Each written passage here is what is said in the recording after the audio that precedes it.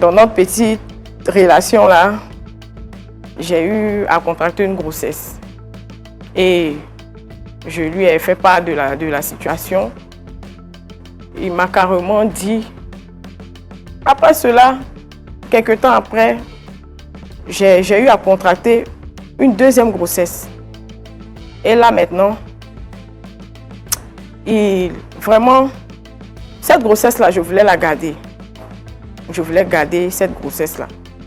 La deuxième grossesse, quand je l'ai contractée, il était allé voir les parents. Il allait voir les parents. On avait même fait la dot. On s'était arrêté là. Donc, j'ai contracté cette deuxième grossesse. Donc, après la dot, vous étiez chez les parents ou vous étiez avec lui? Bon, après la dot, j'étais avec lui. Après la dot, je suis partie vivre avec lui. Et il m'a demandé encore d'enlever cette grossesse. Il ne voulait pas d'enfant. J'ai fait ce qu'il voulait, mais qu'il aille me légaliser à la mairie. Il m'a dit carrément que ses parents veulent un enfant. Sa mère, qui à chaque fois me réclamait un petit enfant. Je ne pouvais pas le dire à sa mère. Sa mère s'est déplacée, elle est venue à la maison. Dans ma propre maison, je n'arrivais pas à avoir la paix. Parce qu'elle me lançait des pics. Il faut faire enfant, tu ne fais pas enfant, ton ventre est cimetière. Elle me disait à chaque fois des paroles, elle me traitait même de sorcière. Il est venu, il a pris ses affaires, il est parti, il n'est plus revenu. Et depuis ce jour-là, vraiment, ça ne va pas. J'essaie d'appeler les collaborateurs, ses amis. Personne n'a de ses nouvelles. Personne ne veut me donner de ses nouvelles. Bienvenue sur Buzzcrash, la chaîne où Internet te révèle ses secrets, les plus étranges et ses tendances les plus virales. Moi, c'est Raouf, et chaque jour, on te propose les faits les plus bizarres, les buzz qui font trembler le web et les actualités les plus folles que tu n'aurais jamais vu venir. Des scandales cachés aux trending topics qui explosent, on décortique tout, parce qu'Internet n'a pas de limite, et nous non plus. Si t'aimes le bizarre, le viral et l'imprévisible, tu es au bon endroit. Abonne-toi, active la cloche, et prépare-toi à avoir l'esprit soufflé. C'est Buzzcrash. Bienvenue dans le chaos.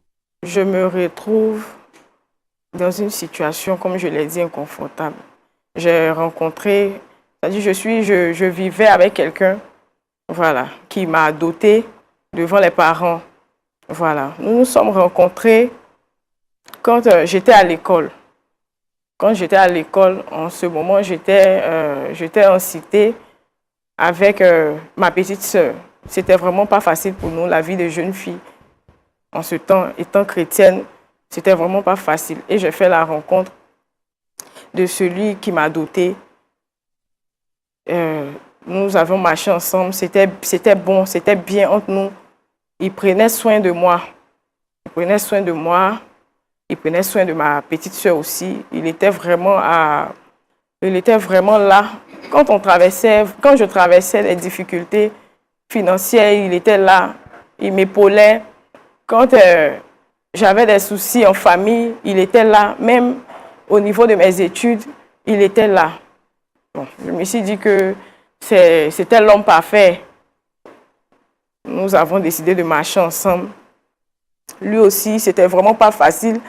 Bien vrai qu'il prenait soin de moi, mais c'était pas facile parce qu'il se débrouillait un peu. Il était à l'université, mais il était presque voilà, il était en train de finir ses études, mais il se débrouillait, menait des petites activités, c'était pas facile. Et moi, j'ai vu en cet homme-là quelqu'un de bien, de bon, qui avait vraiment une vision pour moi, puisqu'il me parlait de vie à deux. Pendant qu'on était là, on marchait ensemble, dans notre petite relation là, j'ai eu à contracter une grossesse. Et je lui ai fait part de la situation. Il m'a carrément dit d'enlever la grossesse. Il m'a dit d'enlever la grossesse. Et quand j'ai regardé, bon, je me posais des questions.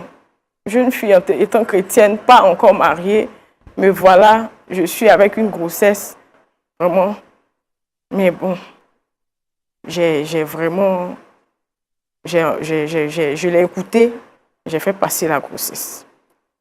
Et malgré ça, ça ne l'a pas empêché de prendre soin, de continuer dans notre relation, de prendre soin de moi, d'être toujours là, toujours avec son soutien, je lui ai proposé de faire les choses dans les normes. Parce que les parents ne le connaissaient pas. Viens faire la dot. Il faut qu'on fasse les choses comme il se doivent. Il a dit qu'il avait compris, il allait le faire. Donc, après cela, quelques temps après, j'ai eu à contracter une deuxième grossesse. Et là, maintenant, vraiment, cette grossesse-là, je voulais la garder. Je voulais garder cette grossesse-là. La deuxième grossesse, quand je l'ai contractée, il était allé voir les parents. Il allait voir les parents. On avait même fait la dot. On s'était arrêté là. Donc, j'ai contracté cette deuxième grossesse. Donc, après la dot, vous étiez chez les parents ou vous étiez avec lui? Bon, après la dot, j'étais avec lui. Après la dot, je suis partie vivre avec lui. Et il m'a demandé encore d'enlever cette grossesse.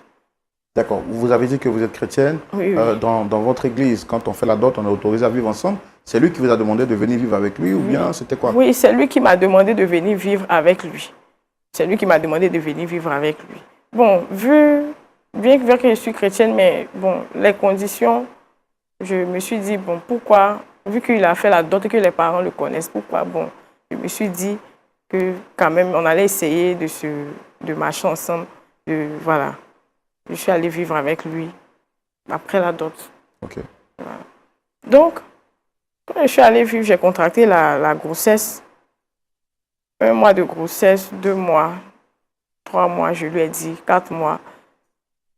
Il a dit vraiment que je vois les situations, qu'on n'a pas encore fait le mariage civil, que vraiment la situation, vu que c'est lui, moi je ne travaillais pas, c'est lui qui travaillait. Du coup, il a dit que les charges étaient vraiment trop lourdes pour pouvoir faire un enfant.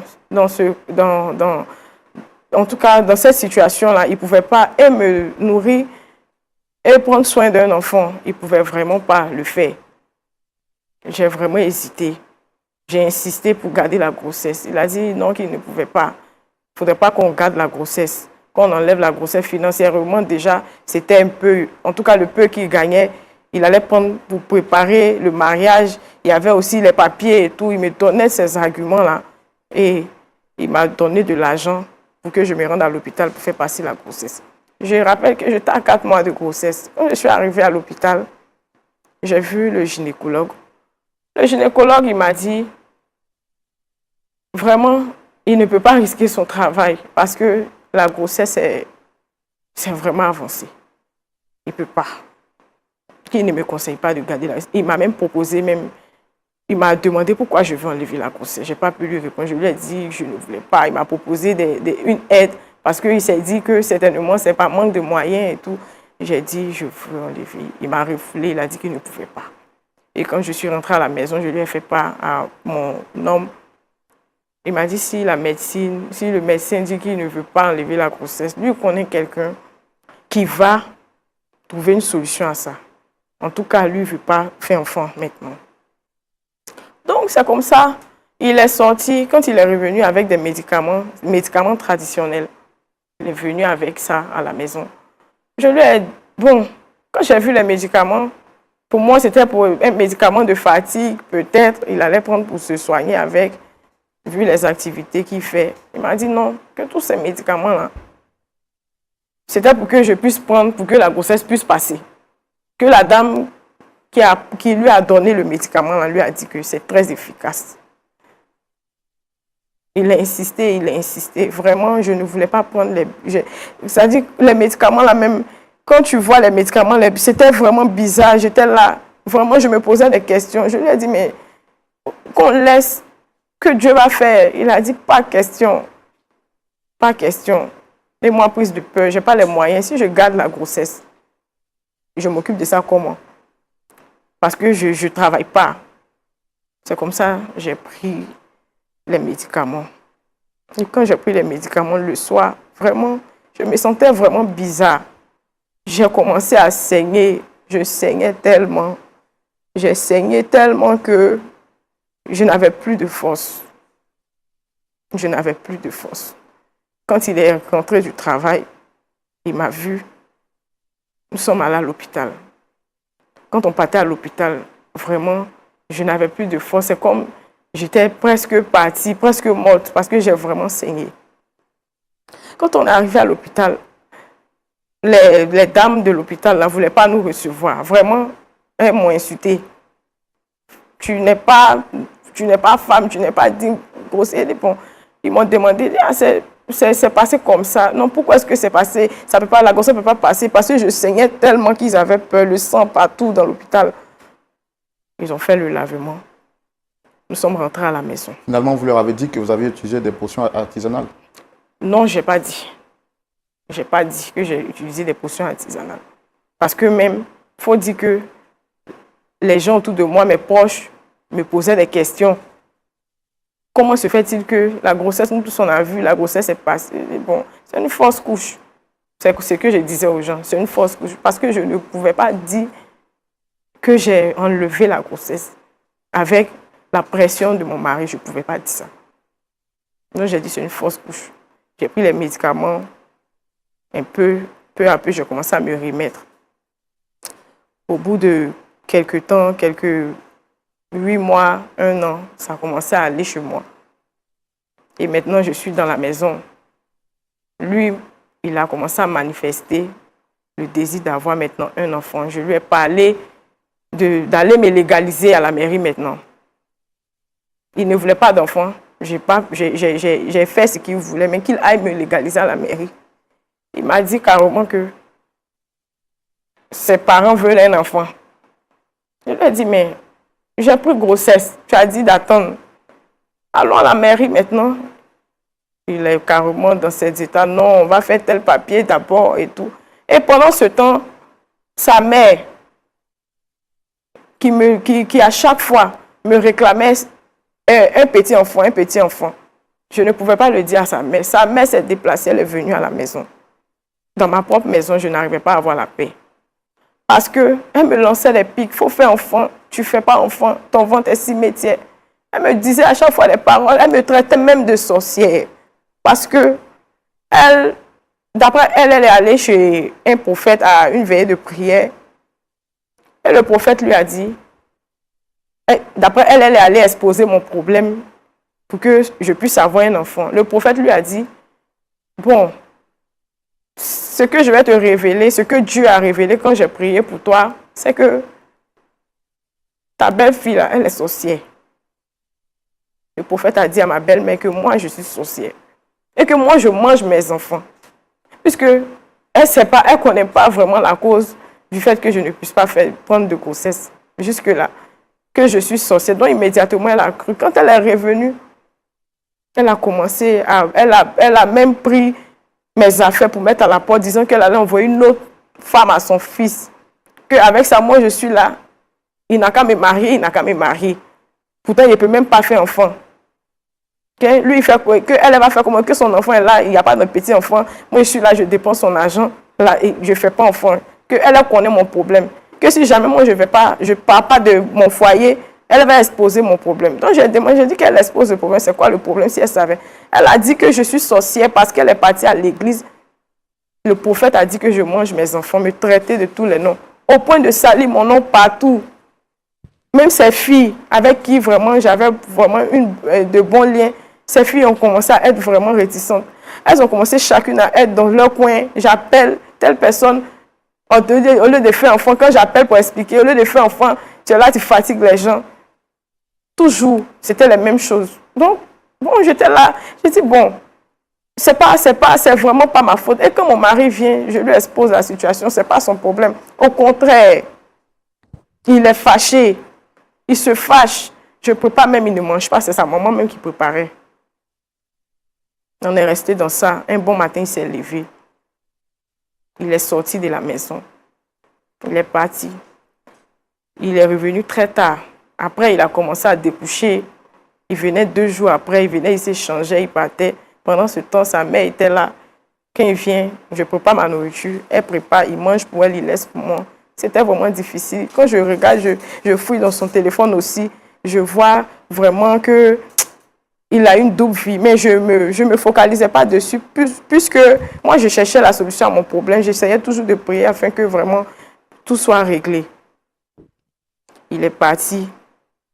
J'ai appelé vraiment une sœur avec qui vraiment je parle, je lui ai expliqué le problème. La sœur m'a dit que vraiment, moi-même, je ne sais pas comment je vais faire. Je ne sais pas.